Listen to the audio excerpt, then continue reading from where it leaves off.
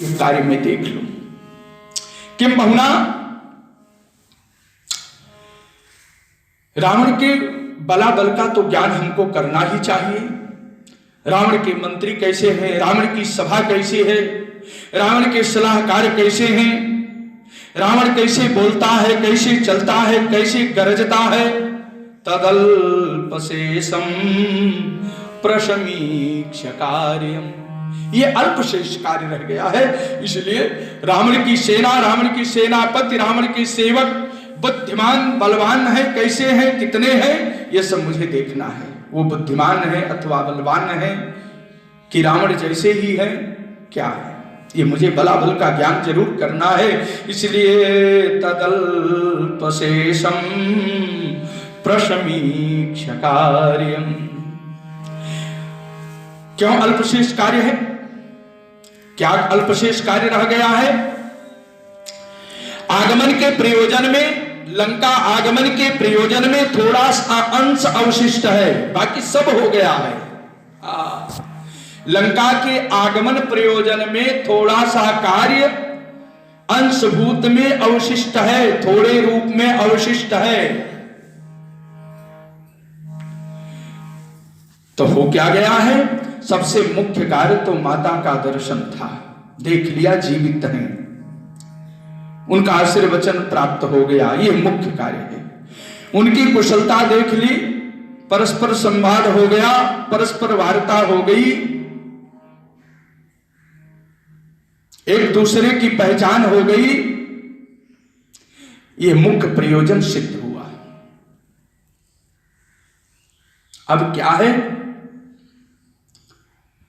अब क्या है? यह कार्य संपन्न होने पर बल दर्शन रूप कार्य ही अल्पशेष कार्य है, अर्थात रावण के बलाबल का परिज्ञान ही अल्पशेष कार्य है। इसके अलावा और कोई कार्य अवशिष्ट नहीं है। कहते हैं कि तद कार्यम लंकागमन प्रयोजनम अल्पशेषम देवी दर्शन रूपस्य महतः प्रधान कृत्यस्य निष्पन्नत्वात् संपन्नत्वात्, संपन्न हो जाने के उपरांत देवी दर्शन रूप लाभ, भगवती श्री सीता दर्शन रूप लाभ, दर्शन जन्य कार्य संपन्न हो जाने के उपरांत अब क्या अवशिष्ट रह गया है?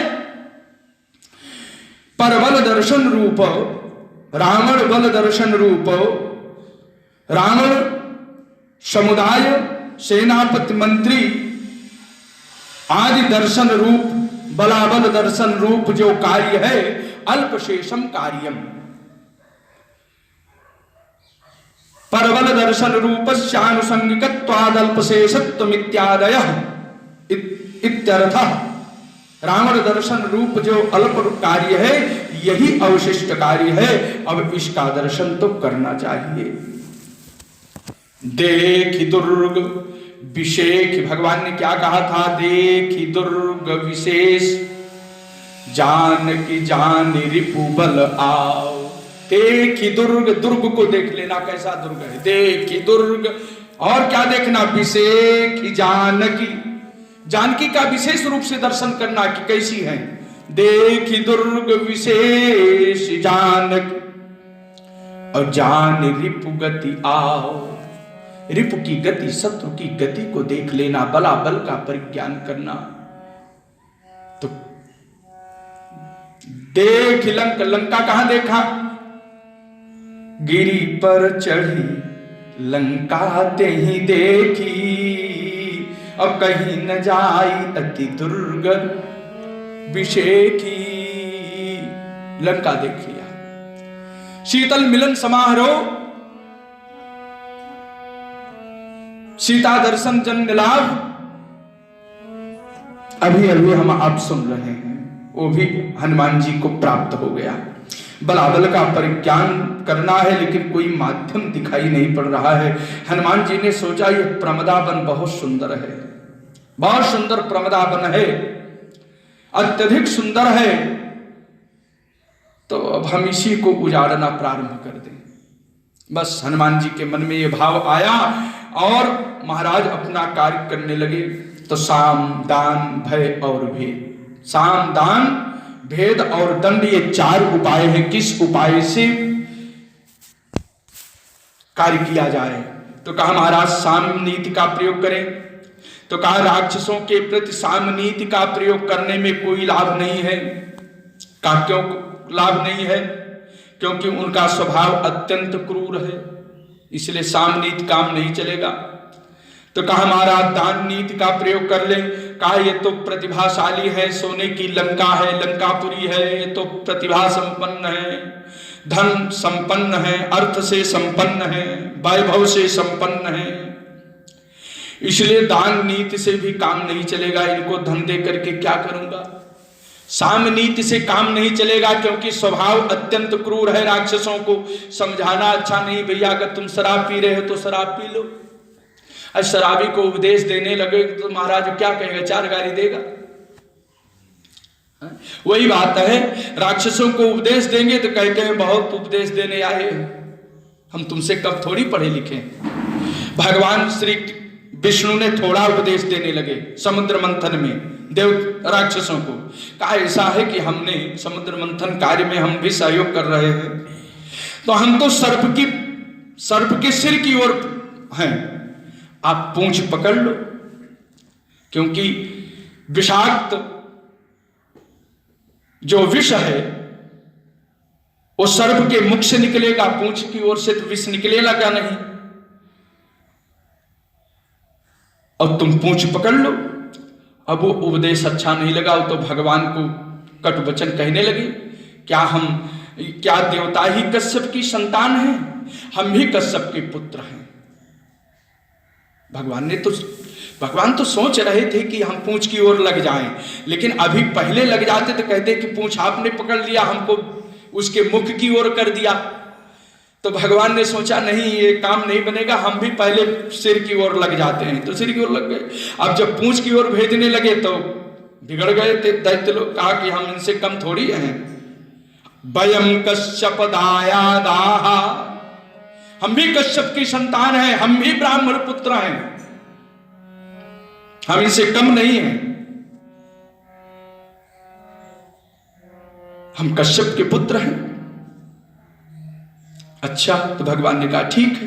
भगवान चले गए पूंछ की ओर। चाहते ही थे कि हमारे देवता कोमल स्वभाव के हैं, इनको कष्ट ना हो, सांप विष उगलेगा और विष से काले हो जाएंगे, विषाक्त हो जाएंगे, चलो दैत्य को ही होना। तो भगवान तो चाहते थे, वही बात यहां पर है, वही बात यहां पर है। हनुमान जी चाहते तो हैं, कार्य करना है, कैसे कार्य करें? साम नीति का प्रयोग तो यहां पर कर नहीं सकते।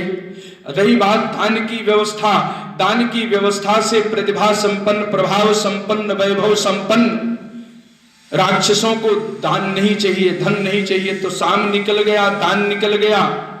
अब भेद नीति का, भेद नीति से करें, परस्पर इसमें फूट डाल लें। तो कहा महाराज ये विजातीय प्रवृत्तियां हैं, और ये विजातीय प्रवृत्तियों में आपस में फूट नहीं होती है, दूसरों में ये फूट डाल देते हैं,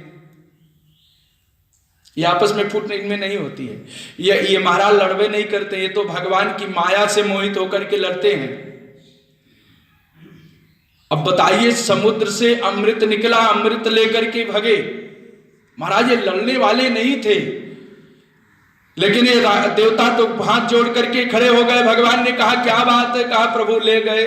कहा क्या ले गए? कहा अमृत का कलश दैत्य लोग लेकर भाग गए। एक ही कार्य के लिए, एक ही प्रयोजन के लिए, एक ही साथ मिलकर के एक ही स्थान में हम सब ने प्रयत्न किया, और धन्वंतरी भगवान जैसे ही निकले अमृत का कलश छीन लिया। परिणाम क्या हुआ? देवता लोग भगवान की शरण में गए। यही देवताओं की अच्छाई, बाकी सब गड़बड़ी है, सब गड़बड़ी है। राज्य पाने के बाद भले भगवान को भूल जाएं, लेकिन कष्ट हुआ तो भगवान के पास गए। लेकिन हम इतने कृतज्ञ हैं कि कष्ट होने पर भी भगवान के पास नहीं जाते हैं, हम तो संसार वालों को ही पूछते हैं, आओ मेरी सहायता करो। तो भगवान ने कहा चिंता मत करो, साध इससे स्वमाया, अपनी माया से साधूंगा। कैसे साधोगे? स्वमाया, अपनी माया से। बस भगवान मोहिनी रूप बन गए और ये आपस में लड़ने लगे, मैं पहले पीऊंगा, मैं पहले पीऊंगा। अब लेकर के भग ही रहे, अमृत तो कोई पी नहीं रहा, केवल मैं पीऊंगा, एक दूसरे से छीन करके भग रहे हैं। ये महाराज विजातीय प्रवृत्ति वाले हैं, इसमें कभी विवाद होता नहीं है, बल्कि सब मिल करके दूसरे से विवाद कर लेते हैं। तो कहा भेद नीति से भी काम नहीं चलेगा, ये बल के दर्प में मदोन्मत्त हैं, इसलिए भेद नीति के द्वारा काम नहीं बन सकता है। तो कहा तब चौथा उपाय ही अवशिष्ट कार्य है, इसलिए चतुर्थ उपायन दंड नीति द्वारा अल्पशेषम कार्यम, अल्पशेष कार्य पूर्ण होगा। हम करोगे वो कार्य मैं करूंगा। तब हनुमान जी महाराज ने उस प्रमदावन को उखाड़ने लगे। अल्पशेषमिदं कार्यम और दृष्टेयमशिते क्षणा और त्रीनुपायानतिक्रम्य चतुर्थ इह दृश्यते। केवल चौथा उपाय जो दंड नीति है वो दंड नीति ही दिखाई पड़ रही है, इसके अलावा और कोई नहीं है। मारा न सामरक्षः शगुणाय कल्पते न दानमर्थोपचिते सुयुज्यते न भेद साध्या बलदर्पिता जनाः पराक्रमस्त्वे सममेह रोचते। इस श्लोक से अर्थ स्पष्ट हो गया ना, फिर से सुना दूं। न सामरक्षः शगुणाय कल्पते न दानमर्थोपचिते सुयुज्यते न भेद साध्या बलदर्पिता जनाः पराक्रमस्त्वे सममेह रोचते। बस दंड नीति का आश्रय लिया, प्रमदावन को उखाड़ने लगे।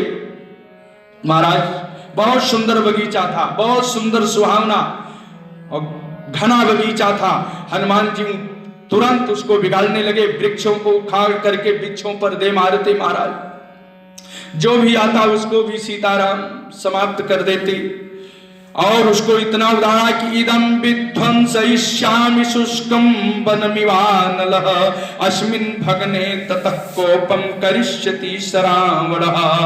अब बढ़िया महाराज उसको उजाड़ दिया और ततस्तद्धनुमान वीरो बभंज प्रमदावनम, प्रमदावन को तोड़ दिया, नष्ट कर दिया। महाराज आगे राक्षसियां आ गई, महाराज दौड़ करके श्री सीता जी के पास आ गई। राक्षसियां आई, राक्षसियों ने कहा अरे श्री सीते बताओ, हे देवी बताओ, ये तुमसे जो बड़ा भयंकर बानर बात कर रहा था ये कौन है? ये लाल मुख वाला लंगूर बानर कौन है? अब बताओ, इसका तुम्हारा क्या रिश्ता है? इसका तुम्हारा संबंध क्या क्या कैसा है? कहां से आया है? ये देवता है अथवा कोई राक्षस है? हमारे कुल का है, हमारे वंश का है? अथवा आप बताओ कि तुम्हारा चिर परिचित कोई है? बहुत कुछ प्रश्न किया। तो श्री सीता जी ने सबकी सुनती रही, अंत में कह दिया कि तुम ही जानो इसको कौन है। अरे भाई, सर्प की चाल तो सर्प ही जान सकता है, तुम सर्पड़ी हो। हनुमान जी सर्प हैं, काल के भी काल है, तो सर्पणी ही सर्प के चाल को जान सकती है, समझ सकती है। इसलिए समझो बात अच्छी नहीं लगी, उत्तर अच्छा नहीं मिला। आप सब राक्षसियां दौड़ती हुई राक्षस राज रावण के पास पहुंच गई। यूयमेवाश्च जानीत योयम यदवा करिष्यति अहिरेव अहे पादान विजानाति न संशयः। अशोकवनिका मध्ये राजन भीम बपुः कपिः। एक भयंकर कपि आया है, बानर आया है, और सीतया कृत संवादस तत्तिष्ठत्यमित विक्रमः। वो बहुत बलशाली लगता है और अभी श्री सीता जी से बात भी किया है और प्रमदावन को तहस नहस कर दिया। रावण समझ गया कोई अच्छा बानर है, कोई भयंकर बानर है, उत्पात कर दिया है। बस 80,000 सेना को भेज दिया। कितने भेजा? 80,000 राक्षस महाराज, किंकर संज्ञक 80,000 राक्षस शस्त्र अस्त्र से सुसज्जित होकर के आ गए। और हनुमान जी ने महाराज कछु मारस कछु मरदसी कछु मिलयसी धरि धूरी, बहुत विचित्र रूप से मारा महाराज। पूंछ को बढ़ाते जाएं, सबको लपेटते जाएं, सबको धड़ाम धड़ाम मारते जाएं। कछु मारसी कछु मरदस, किसी को पकड़ करके लड़ा दिया, किसी को उठा करके फेंक दिया, और किसी को लंगूर में अपने पूंछ में लपेट करके उनको समाप्त कर दिया। कछु मारसी कछु मरदसी कछु मिलयसी धरि धूर कछु पुनि जाय पुकारे प्रभु मरकट भरि भूर। पुनः बचे खुचे दौड़ करके चले गए।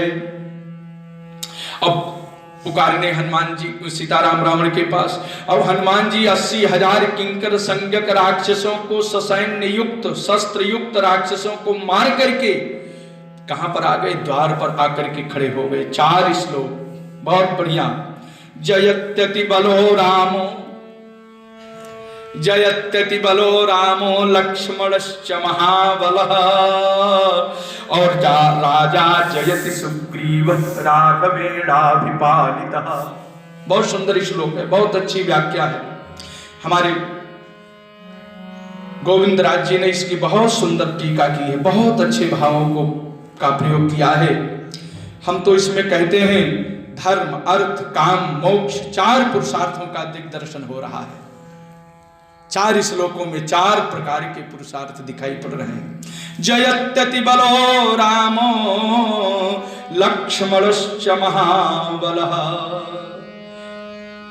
राघवेंद्र राजा राम की जय हो, लक्ष्मण की जय हो, और राम के द्वारा पालित किष्किंधा नरेश महाराज सुग्रीव की जय हो। जयत्यति बलो रामो लक्ष्मणश्च महाबलः, राजा जयति सुग्रीव राघवेणाभिपालितः।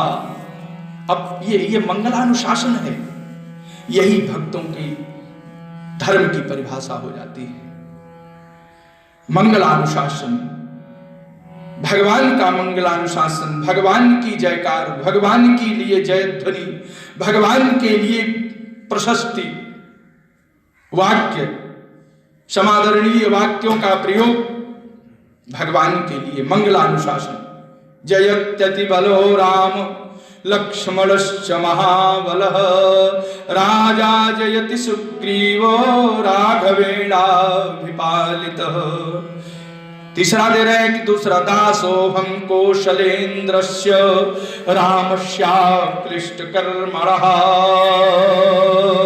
हनुमान् सैन् शत्रुसैन्यानां निहंता मारुतात्मजः। श्री हनुमान जी अपना परिचय देते हैं, मैं कौन हूं। यही जीव का परिचय है। साधक भक्त का परिचय, किसी भक्त का परिचय भगवान के प्रति कैसे होना चाहिए, या अथवा किसी जीव का परिचय भगवान के लिए कैसे हो, यहां से सीखना चाहिए। किसी सेवक का परिचय अपने स्वामी के प्रति, स्वामी के चरणों में कैसे निवेदन हो, यहां से सीखना चाहिए। अथवा किसी भी पुत्र का परिचय अपने पिता के लिए, सेवक का परिचय स्वामी के लिए, भक्त का परिचय भगवान के लिए कैसे हो। कह रहे हैं दासोऽहं कौशलेन्द्रस्य रामस्याक्लिष्ट कर्मणः, अक्लिष्ट कर्म करने वाले, अक्लिष्ट कर्मा भगवान कौशलेंद्र श्रीमान श्री राम जी का मैं सेवक हूं। सेवक कहने में दिखाई पड़ रहा है ये कार्यपण्य है। 6 प्रकार की शरणागति है, और 6 प्रकार की शरणागति में एक भाव यहां पर दिखाई पड़ रहा है, मैं राम का हूं, मैं सेवक हूं, गहरे गहरे नथु पचकल्याणी का सेवक नहीं हूं, मैं किसी संसारी का सेवक नहीं हूं। रामस्याक्लिष्ट कर्मणः, अक्लिष्ट कर्मा भगवान राम का सेवक। हनुमान, नाम मेरा हनुमान है, शत्रु सैन्यानाम निहंता मारुतात्मजः। ये जीव का परिचय है। मैं रामदास हूं, मैं भगवान का सेवक हूं। एक सेवक अपना परिचय दे रहा है और कह रहे हैं न रावणम सहस्रम में अयुद्धे प्रतिबलम भवेत् शिलाभिश्च प्रहरतः पादपैश्च सहस्रशः।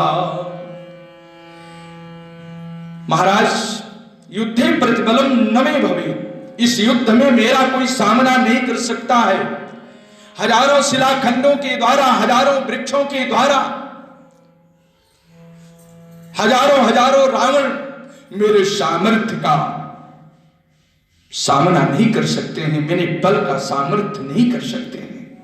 यह विश्वास, बल पौरुष का विश्वास भगवान के प्रति, क्यों मैं भगवान के द्वारा नियुक्त हूं, मैं भगवान के द्वारा रक्षित हूं और भगवान मेरी रक्षा करेंगे।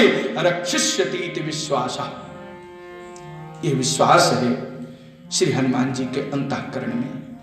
आर्दयित्वा पुरीम लंकाम अभिवाद्य च मैथिलीम, आज मैं प्रतिज्ञा कर रहा हूं पूरी लंका को अर्दयित्वा माने अर्दित करके, नष्ट करके, भगवती जगत जननी श्री सीता जी को प्रणाम करके और समृद्धार्थो गमिष्यामि अम्मिषताम सर्वरक्षसाम,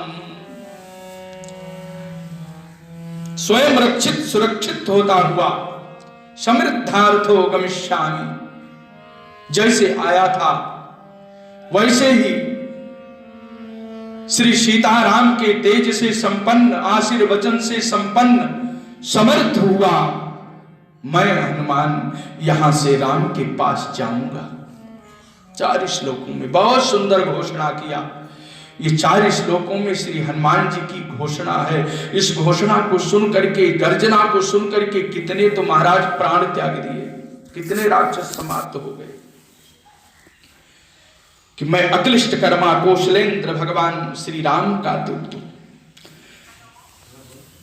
इस प्रकार से जो सहत्वा राक्षसान वीरः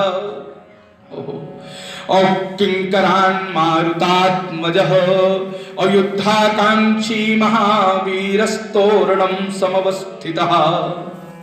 अब भगवान हनुमान जी ने क्या किया? 80,000 किंकर संगत राक्षसों का वध करने की उपरांत द्वार पर गर्जना करते हुए श्री हनुमान जी विराजमान हो गए। देख रहे हैं प्रमदात वन तो नष्ट हो गया, लेकिन ये दिखाई पड़ रहा है छोटे छोटे मंदिर, लग रहा है कि ये लंका के देवताओं का मंदिर है। नगर के बाहर डीह आदि के रूप में एक देवस्थान होता है। बस हनुमान जी ने देखा कि ये लंका के यहां पर देवताओं का चैत्य प्रसाद है। ये चैत्य प्रसाद क्या है? ये राक्षसों के देवताओं का निवास स्थान है, लंका वासियों के देवताओं का स्थान है। हनुमान जी ने कहा इसको भी नष्ट करो। अब देवताओं को महाराज उसकी मंदिरों को पूरा तहस नहस कर दिया, सब कुछ, अब पूंछ में लपेटा, सब समुद्र में डाल दिया।